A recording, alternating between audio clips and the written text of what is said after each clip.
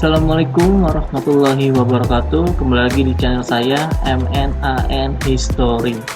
Bagi para pelajar, siswa maupun siswi serta mahasiswa yang ingin belajar sejarah, silakan mampir ke channel saya. Oke, untuk kali ini saya akan menjelaskan materi tentang organisasi pergerakan nasional di Indonesia, yaitu Industri Partage. Industri Partage atau yang disingkat dengan IP didirikan di wilayah Kota Bandung pada tanggal 25 Desember tahun 1912. Nah, Industri Partage didirikan oleh tokoh 3 serangkai, yakni 1. Dr. Danudirjo Setiabudi atau lebih dikenal dengan istilahnya Douwes Dekker. Lalu tokoh yang kedua itu ada Dr. Cipto Mangunkusumo. Lalu yang ketiga, tokohnya tersebut yaitu Suwardi Suryaningrat atau lebih dikenal dengan Ki Hajar Dewantara. Latar belakang terbentuknya Industri Partage. 1. Adanya diskriminasi antara kaum pribumi dengan golongan ras kolonial Belanda, yaitu golongan Eropa.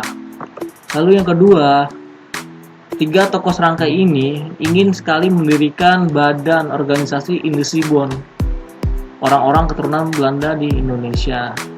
Nah, Douwes Dekker serta Cipto Mangunkusumo ingin mendirikan badan Industri Bond ini lebih ke organisasi yang resmi, yang berlatar belakang politik. Dan akhirnya pada tanggal 25 Desember tahun 1912 didirikanlah organisasi Industri Partage, ya, yang tepatnya di wilayah Kota Bandung. Tujuan dibentuknya Industri Partage: A. Untuk membangun patriotisme semua Inders kepada tanah air. Patriotisme itu adalah suatu keberanian, suatu kebanggaan terhadap negaranya sendiri, begitu ya. Nah, lalu yang B, menganjurkan kerjasama atas dasar persamaan ketatanegaraan. Nah, lalu yang C, memajukan tanah air yaitu Hindia. Dan yang D, mempersiapkan kehidupan rakyat yang merdeka. Nah, jadi satu-satunya organisasi yang membahas tentang kemerdekaan Hindia yaitu adalah organisasi Industri Partage. Nah, sedangkan kalau organisasi Budi Utomo itu hanya bergerak di bidang kebudayaan serta pendidikan. Oke, kita lanjut ya. Adapun usaha-usaha untuk mencapai tujuan itu, tujuan didirikannya Industri Partage. A. Memelihara nasionalisme Hindia dengan cara meresapkan cita-cita kesatuan bangsa. Lalu yang B, menyingkirkan kesombongan dan keistimewaan ras, ya. Jadi kesombongan terus keistimewaan ras itu dihilangkan dari Hindia. Yang C, memperkuat tenaga bangsa Hindia dengan cara mengembangkan individu, melatih diri, seperti itu ya. Lalu yang D, mengusahakan persamaan hak bagi semua orang. Di sini membahas tentang hak asasi manusia. Nah, lalu yang E, memperkuat pertahanan bangsa Hindia untuk mempertahankan tanah air dari serangan bangsa asing. Yang F, memperbesar pengaruh pro-Hindia ke dalam pemerintahan. Jadi pro itu kaum pribumi ya ke Hindia. Lalu yang G, memperbaiki keadaan ekonomi bangsa Hindia, terutama dengan ekonomi yang lemah di sana ya, mengembangkan ekonomi di Hindia. Perjuangan Industri Partage untuk memperoleh badan hukum di Hindia Belanda. Rapat pendirian Industri Partage pada tanggal 25 Desember tahun 1912 ditetapkanlah anggaran dasar oleh ketiga tokoh serangkai ini. Namun, Gubernur Jenderal Hindenburg itu menolak anggaran dasar tersebut. Nah, gitu. Alasannya Hindenburg menolak alasan tersebut karena perkumpulan organisasi ini berlandaskan sistem politik.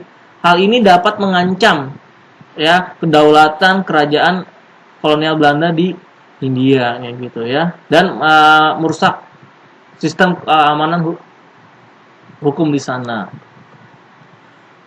Selanjutnya, pada tanggal 5 Maret tahun 1913, Indisi Partis mengajukan lagi untuk kedua kalinya menetapkan anggaran dasar yang tujuannya tuh agar disahkan organisasi tersebut. Namun, Gubernur Jenderal Hindenburg itu tetap menolak anggaran dasar IP yang terbaru ini gitu. Dengan adanya penolakan tersebut, berarti Indisi Partis itu menjadi organisasi atau partai yang terlarang di wilayah Hindia Belanda. Dan Indisi Partis ini hanya bertahan selama 6 bulan kurang. Gitu ya. Keanggotaan Indisi Partis. Keanggotaan Indisi Partis terbuka untuk semua golongan bangsa ya, tanpa membedakan tingkat kelas serta kasta. Golongan bangsa yang menjadi anggota Indisi Partis adalah golongan Bumi Putra, golongan Indochina, Arab, yang mana di Indonesia itu dikenal dengan istilahnya National Home. Keanggotaan Indisi Partis itu tersebar pada 30 cabang di wilayah Hindia Belanda, entah itu di Pulau Jawa, di Sumatera juga ada, Sulawesi, gitu. Dan anggotanya itu seluruhnya berjumlah 7.300 orang.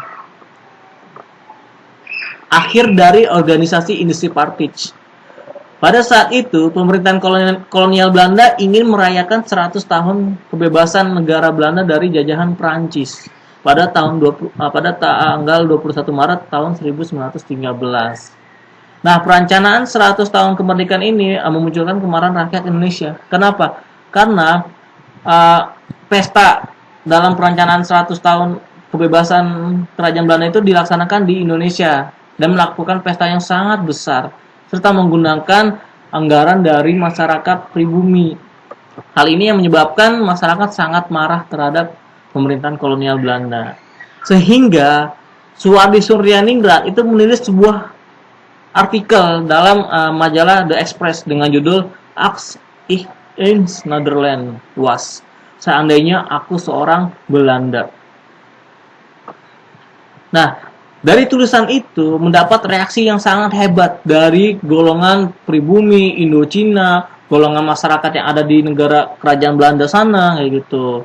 Ternyata Belanda ini sangat menyiksa orang kaum pribumi, mengambil atau menguras harta milik pribumi kayak gitu. Nah, kekacauan yang terjadi di wilayah Hindia Belanda serta di kerajaan Belanda itu Hindenburg menangkap 3 serangkai tersebut dan ingin dibuang ke wilayah Banda, Kupang, dan Bengkulu.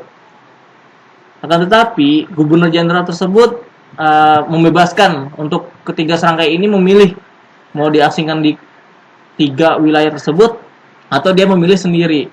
Dan akhirnya 3 serangkai ini seperti misalkan Douwes Dekker, Cipto Mangunkusumo serta Suwardi Suryaningrat ini diasingkan di kerajaan Belanda atau di negeri Belanda. Nah, dengan diasingkannya ketiga pemimpin tersebut, maka secara organisasi IP tidak berperan lagi dalam pergerakan nasional Indonesia.